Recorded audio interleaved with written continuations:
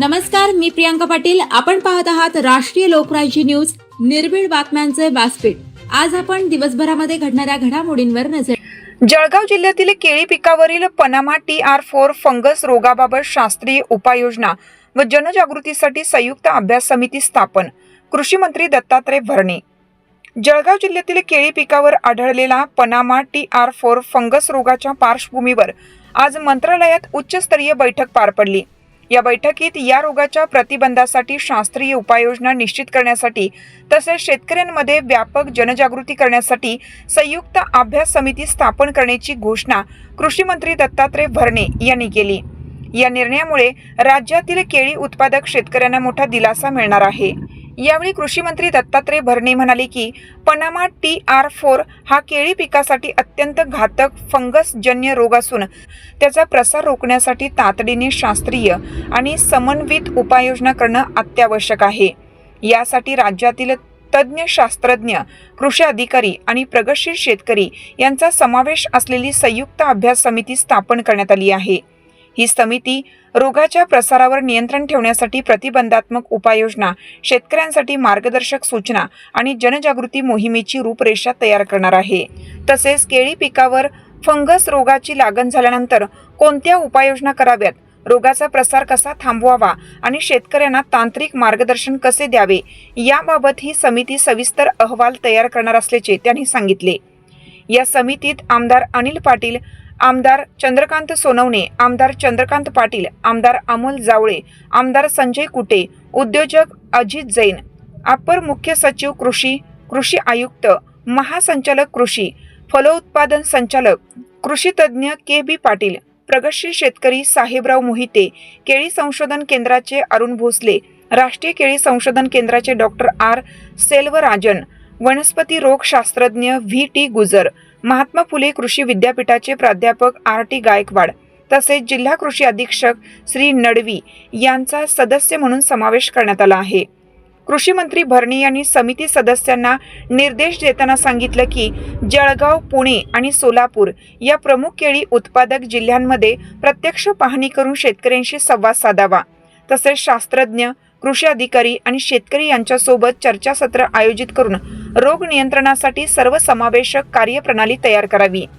तसेच कृषी विभागामार्फत केळी उत्पादक जिल्ह्यांमध्ये विशेष जनजागृती मोहीम, शेतकरी मार्गदर्शन शिबिरे आणि तांत्रिक माहिती पत्रके उपलब्ध करून देण्यात येणार असल्याची माहितीही यावेळी देण्यात आली.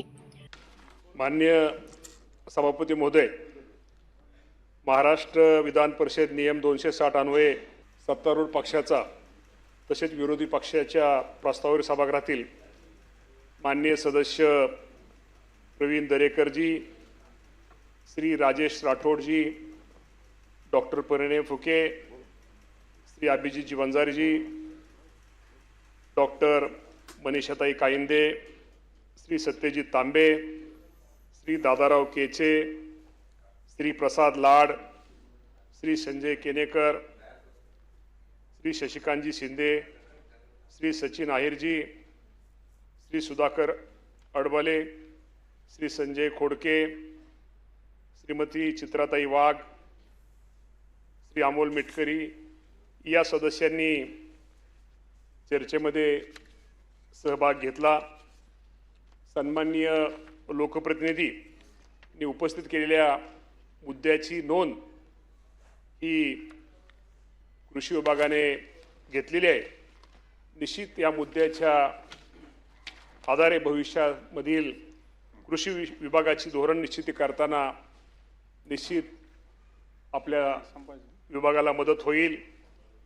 माननीय सभापती महोदय, दिवंगत या राज्याचे उपमुख्यमंत्री अजितदादा पवारसाहेब यांच्या प्रेरणेने तसेच या राज्याचे मुख्यमंत्री देवेंद्रजी फडणवीस साहेब असतील, एकनाथजी शिंदे साहेब असतील, सुनेत्रावहिनी पवार साहेब असतील यांच्या मार्गदर्शनाखाली शेतकऱ्यांसाठी राज्य शासनामार्फत विविध योजना राबवण्यात येत आहेत. राज्यातील कृषी क्षेत्रातील विकासासाठी हे शासन प्रयत्नशील आहे.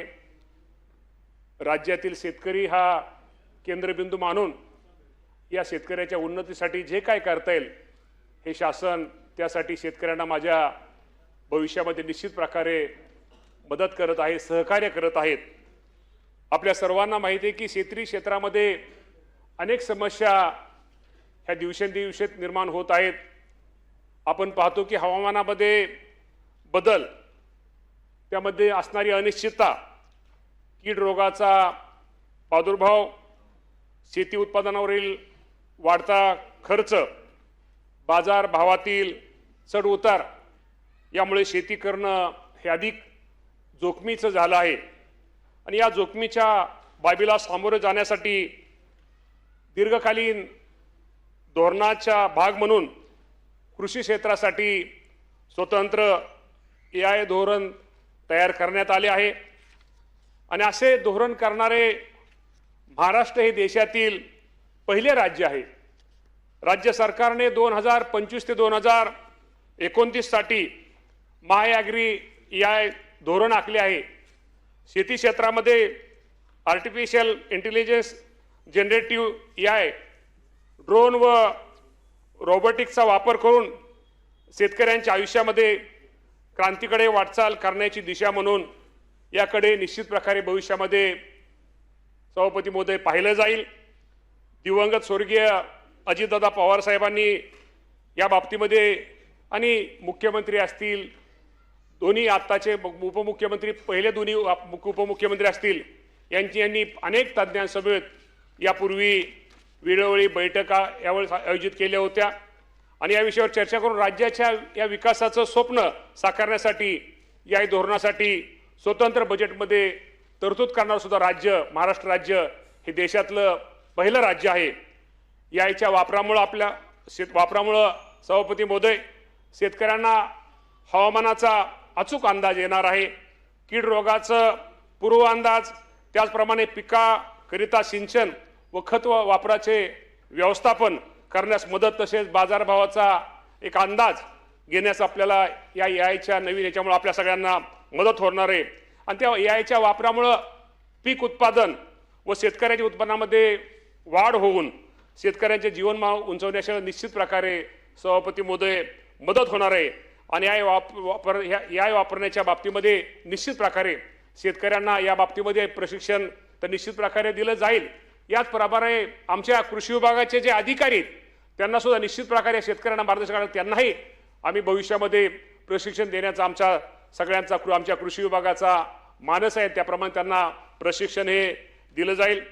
राज्य स्तरावरती कृत्रिम बुद्धिमत्ता व ॲग्रीटेक नाविन्यता केंद्र स्थापन करण्यात हे आलेले आहे.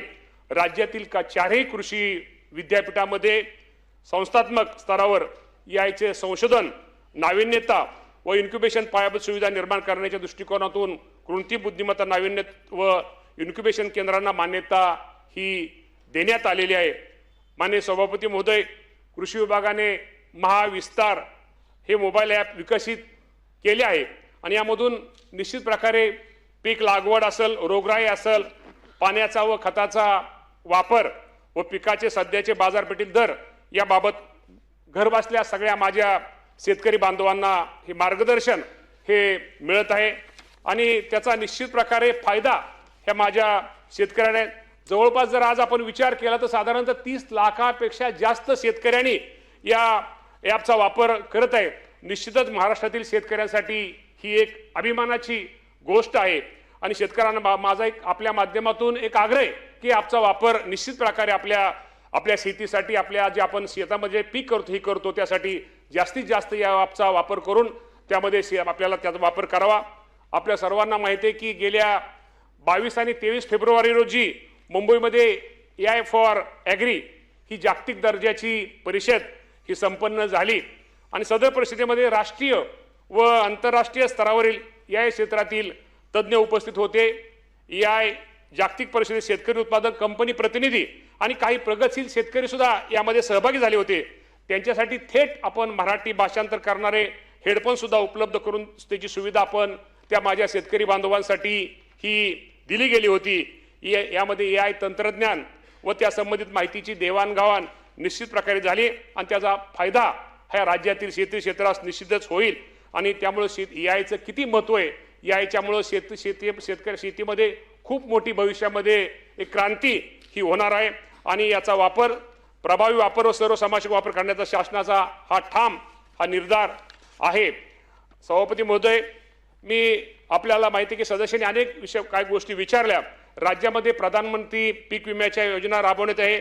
यामधून मागील 9 वर्षामध्ये साधारणतः आपण जर विचार केला तर 37,500 कोटी रुपयापेक्षा जास्त नुकसान भरपाई ही माझ्या या राज्यातील शेतकऱ्यांना देण्यात आलेली आहे. पीक विमा योजना राबवताना मागील येणाऱ्या अडचणी लक्षात घेता काही गोष्टी मागच्या काही काळामध्ये घडल्या गेल्या. त्यामुळे शेतकऱ्यांच्या हितासाठी उत्पादनावर आधारित सुधारित पीक विमा योजना राबवण्याचा निर्णय या राज्याचे मुख्यमंत्री देवेंद्र फडणवीस साहेब असतील, एकनाथ शिंदे साहेब असतील, दिवंगत उपमुख्यमंत्री अजितदादा पवार साहेब असतील आणि त्यावेळेस त्यांनी त्यांच्या मार्गदर्शनापूर्वी घेण्यात आला. आणि खरीप हंगाम 2025-26 साठी आपल्या राज्यात उत्पादनावर आधारित सुधारित पीक विमा योजना राबवण्यात येत असून त्या अनुषंगाने नुकसान भरपाई निश्चित करण्याची कारवाई ही प्रगती पथावरती आहे. राज्यामध्ये बीड पॅटर्न 80-110 मॉडेलवर आधारित पीक विमा योजना राबवण्यात येत असून त्या पीक विमा कंपन्यांच्या नफ्यावरती विमा हप्त्याच्या तुलनेने 20% निर्बंध घातलेले आहेत. त्यामुळे विमा कंपन्या अवाजवी नफा मिळवू शकणार नाहीत. आणि काही सदस्यांनी प्रश्न विचारले की वन्य प्राण्यामुळे होणाऱ्या पीक नुकसानीची भरपाई देणे तसेच पूर या अतिवृष्टीमुळे भात पिकाचे क्षेत्र जलमय होऊन नुकसान झाल्यास त्यास स्थानिक नैसर्गिक आपत्ती नुकसान भरपाई देण्याची तरतूद यापूर्वी प्रधानमंत्री पीक योजनेमध्ये नव्हती. परंतु आपल्या सर्वांना सांगा हरकत नाही की या देशाचे पंतप्रधान मोदी साहेब यांच्या नेतृत्वाखाली केंद्र शासनाने नुकताच 18/11/2025 रोजी पत्रान्वये सदर बाबी स्थानिक नैसर्गिक आपत्ती अंतर्गत नुकसान भरपाई देण्याचा निर्णय हा केंद्र सरकारने घेतलेला आहे. आणि त्या अनुषंगाने केंद्र शासनाकडून सविस्तर मार्गदर्शन सूचना प्राप्त झाल्यानंतर त्यानुसार पुढील बाबतीमध्ये कारवाई ही निश्चित प्रकारे करण्यात येईल. त्याचप्रमाणे नैसर्गिक आपत्तीच्या बाबतीमध्ये आपल्या सर्वांना माहिती आहे की या राज्यामध्ये खूप मोठं नुकसान हे गेल्या वर्षी आधी पाऊस जादा झाल्यामुळे झालं. अतिवृष्टी अनेक भागामध्ये अनेक ठिकाणी झाली. जर विचार केला तर या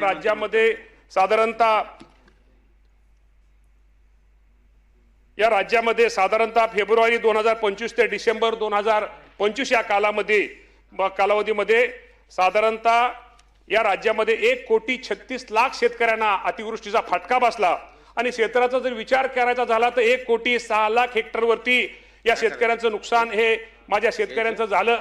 यामध्ये जमीन वाहून गेली, जमिनीची माती वाहून गेली. आमच्या शेतीमध्ये असणारे पंप, त्या पंपाचं मोठं नुकसान झालं. MSCBच्या तारा, वीज त्याचं नुकसान झालं.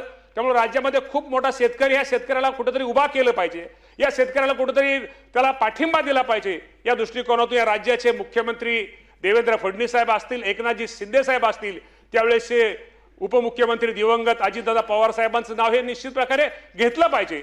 दादांनी यावेळेस आपण यातनं माझ्या शेतकऱ्यांना साधारणतः नुकसान भरपाई म्हणून 10,563 आणि बियाणे इत्यादी करता 9,611 अशी 20,194 कोटी रुपयाची मदत आपण त्यांना तिथं जाहीर केली. आणि त्यापैकी 15,661 कोटी रुपयाची शासनाने ते पैसे वितरित केलेले आहेत.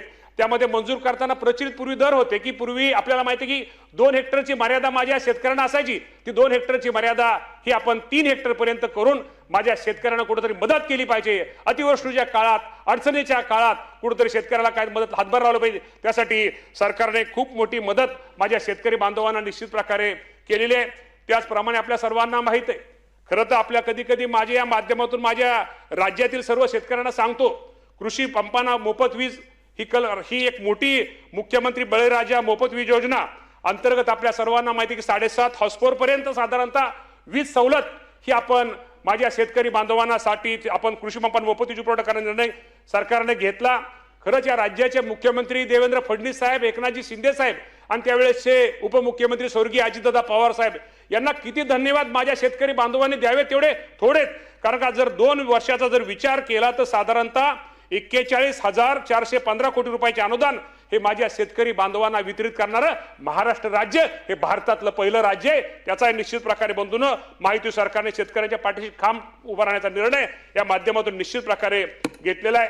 त्याचप्रमाणे आपल्या सर्वांना माहित आहे की बळीराजा मुख्यमंत्री बळीराजा शेत पानंद रस्ते ही जी योजना आहे की ज्यामध्ये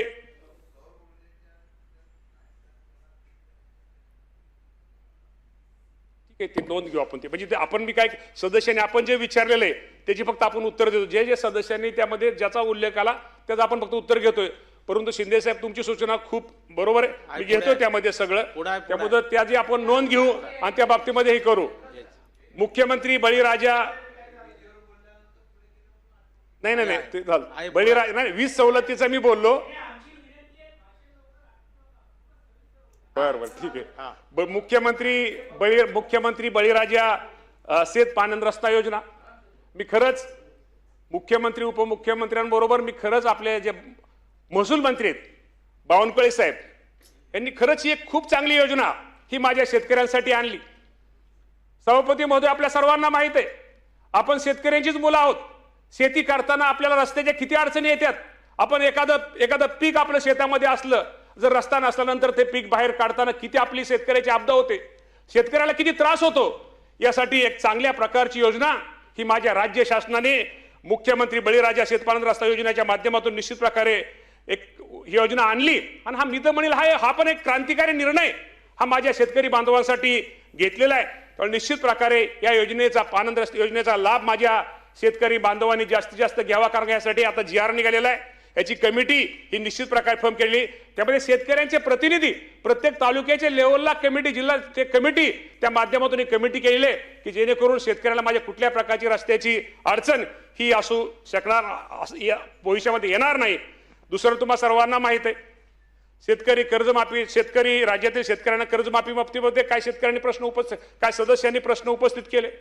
आपल्या सर्वांना माहिती आहे की आम्हा सामे शेवटी ह्या सरकारमधले अनेक मुलंही शेतकरी हे जे मंत्रिमंडळात काम करून असू द्या किंवा आमदार असू द्या, शेवटी आम्ही सगळेजण शेतकऱ्याची मुलं आहोत। शेवटी शेतकऱ्यांचं हित जपणं, शेतकऱ्यांना मदत करणं, शेतकऱ्याला सहकार्य करणं आणि शेतकरी कुठं निसर्गाच्या ह्याच्यावर लहरीपणामुळं किंवा काही अडचणीमुळे शेतकरी अडचण येते, या शेतकऱ्याला कुठेतरी निश्चित प्रकारे एक आधार दिला पाहिजे, या शेतकऱ्याला कुठेतरी मदत केली पाहिजे, सहकार्य केलं पाहिजे। यासाठी या राज्याचे मुख्यमंत्री देवेंद्र फडणवीस साहेब असतील, एकनाथजी शिंदे साहेब असतील, स्वर्गीय मी मुद्दाहून अजितदादांचं नाव का घेतो, दादा त्या मिटिंगला ह्याला हजर होते आणि काही प्रतिनिधी शेतकऱ्यांचे प्रतिनिधी काही शेतकरी नेते पण त्या मिटिंगला हजर होते की या शेतकरी कर्जमाफी बाबतीमध्ये एक चांगल्या प्रकारचा कुठेतरी निर्णय घेतला पाहिजे। यासाठी मुख्यमंत्री आणि दोन्ही उपमुख्यमंत्र्यांनी त्यावेळेस आपल्याला माहिती आहे की प्रवीण परदेशी साहेबांच्या अध्यक्षतेखाली एक कमिटी स्थापन केली आणि ते कमिटीला सांगितलं गाईडलाईन दिले, कमिटीला सांगितलं की साधारणतः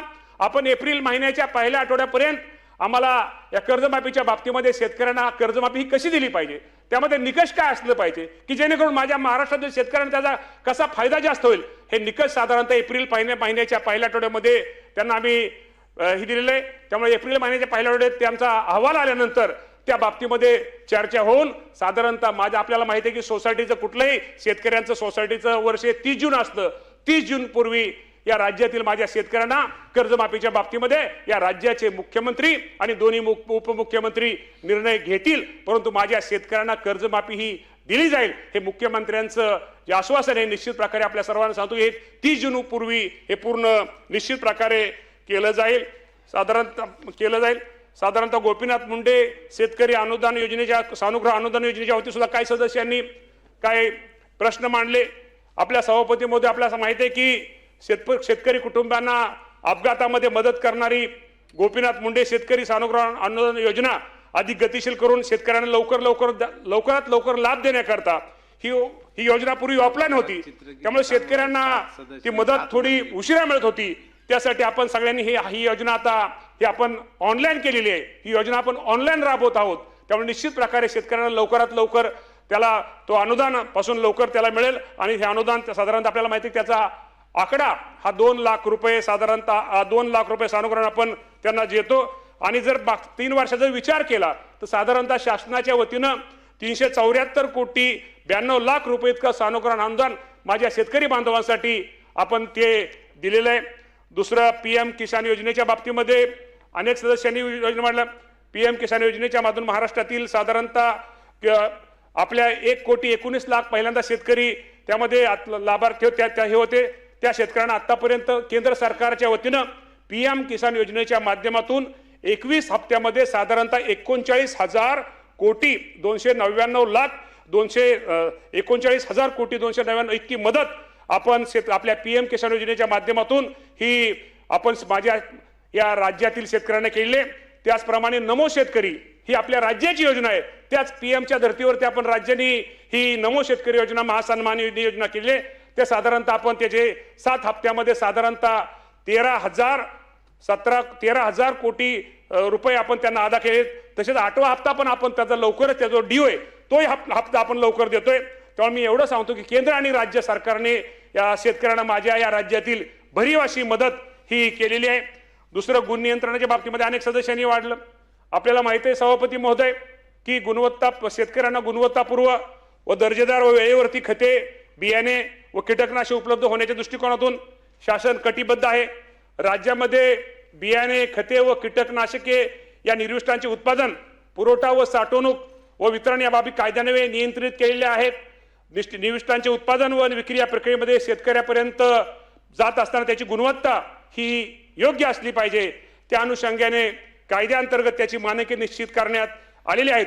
त्या मानकानुसार त्याचे उत्पादन झाले आहे किंवा कसे याबाबत तपासणी आमच्या या विभागामार्फत केली जाते. चालू वर्षाचा जर विचार केला तर चालू वर्षामध्ये अप्रमाणित निविष्ठाच्या अनुषंगाने विभागामार्फत साधारणतः 145 प्रकरणामध्ये फौजदारी कारवाई ही केलेली आहे. त्याचप्रमाणे 785 प्रकरणामध्ये न्यायालयीन खटले दाखल करण्यात आलेले आहेत आणि विक्रेत्यांचे साधारणतः 1164 परवाने हे सभापती महोदय रद्द करण्यात आले असून 1527 परवाने हे निलंबित करण्यात आलेले. त्यामुळं मी एवढं सांगतो कृषी विभागामध्ये ज्या वेळेस शेतकऱ्यांच्या तक्रारी आल्या त्या तक्रारीमध्ये निश्चित प्रकारे शेतकऱ्यांना कशी मदत होईल आणि पुढच्या ह्याच्यावरती कशी कारवाई होईल हिची दखल ही आमच्या कृषी विभागाने निश्चित प्रकारे घेतलेली आहे. सन्माननीय सदस्यांना आपल्याला मी सांगू इच्छितो किमतीच्या मगाशी खताच्या किमती बाबतीत त्यांनी काही सदस्यांनी मुद्दा उपस्थित केला. त्या बाबतीमध्ये आपल्याला माहिती आहे की युरियाच्या बाबतीमध्ये किंवा DAPच्या बाबतीमध्ये किंमत ही क्षेत्राने युरियाच्या बाबतीमध्ये जी किंमत आहे ती केंद्र शासनाने नियंत्रित केली असल्याने त्याचा दर हा स्थिर आहे. इतर खताच्या बाबतीमध्ये केंद्र सरकारचे अनुदान वगळता आंतरराष्ट्रीय बाजारातील कच्च्या मालाच्या किमतीमध्ये होणाऱ्या चढउतारामुळे नुसार विक्रीमध्ये बदल होत असतो. हे माझ्या सदस्यांना माहिती आहे. त्या बाबतीमध्ये निश्चित प्रकारे शेतकऱ्यांना कसं कमीत कमी म्हणजे खत पुरवठा होईल वेळेवर कसा होईल याची दक्षता हा आमचा कृषी विभाग घेतोय. सभापती महोदय आपल्याला माहिती आहे की राज्याच्या कृषी विभागाच्या विविध योजनांची अंमलबजावणी डिजिटल पद्धतीने आपण म्हणतो MahaDBTने प्रणालीद्वारे केली जात आहे. MahaDBT पोर्टल हे 2020 पासून सुरू झाल्यापासून शेतकऱ्यांना साधारणतः 7,500 कोटीपेक्षा अधिक रकमेचं अनुदान हे देण्यात आलेलं आहे. शेतीच्या कामासाठी मजुराची कमतरता खत व कीटकनाशकाचा सुयोग्य वापर औषध फवारणीमुळे शेतकऱ्यांना होणाऱ्या आजारापासून मुक्तता होण्यासाठीच्या दृष्टिकोनातून ड्रोनचा वापरास मोठ्या प्रमाणात प्रतिसाद मिळत आहे. ही बाब विचारात घेऊन शेतकऱ्यांना ड्रोन खरेदी करता अनुदान देण्यास आम्ही सध्या कृषी विभाग आपला हा प्राधान्य देत आहे. शेत पिकांचं मूल्यवर्धन करण्यासाठी व शेतकऱ्यांना जास्त उत्पन्न मिळवून देण्यासाठी राज्यात अन्न प्रक्रियेत चालना देण्यात येत आहे. यासाठी कृषी विभागाच्या माध्यमातून मुख्यमंत्री कृषी अन्न प्रक्रिया योजना व प्रधानमंत्री कृषी सूक्ष्म योजना या योजनेची अंमलबजावणी करण्यात येत आहे. मुख्यमंत्री कृषी व अन्न प्रक्रिया योजनेअंतर्गत आतापर्यंत राज्यात 781 प्रकल्पांना 289 कोटीचा अर्थसहाय्य करण्यात आले आहे. तसेच प्रधानमंत्री सूक्ष्म अन्न प्रक्रिया उद्योग योजनेअंतर्गत 21,185 प्रकल्पांना 579 कोटीचा अर्थसहाय्य देण्यात आलेला आहे. सन्मान्य सदस्यांनी पिकाच्या आधारभूत किमतीबाबत मुद्दा हा उपस्थित केला. इथं पणन मंत्री पण आमचे आहेत ते पण बोलतील. परंतु शेतमालाच्या किमान आधारभूत किमती जाहीर करणं ही बाब खरं तर केंद्र शासनाच्या संबंधित आहे. तरी सुद्धा राज्य कृषी मूल्य आयोगाच्या माध्यमातून राज्य सरकार या बाबतीमध्ये केंद्राकडे निश्चित प्रकारे शेतकऱ्याचा हिताचा विचार करून ही शिफारस हे राज्य सरकार हे कृषी मूल्य आयोगाच्या माध्यमातून करत असतं.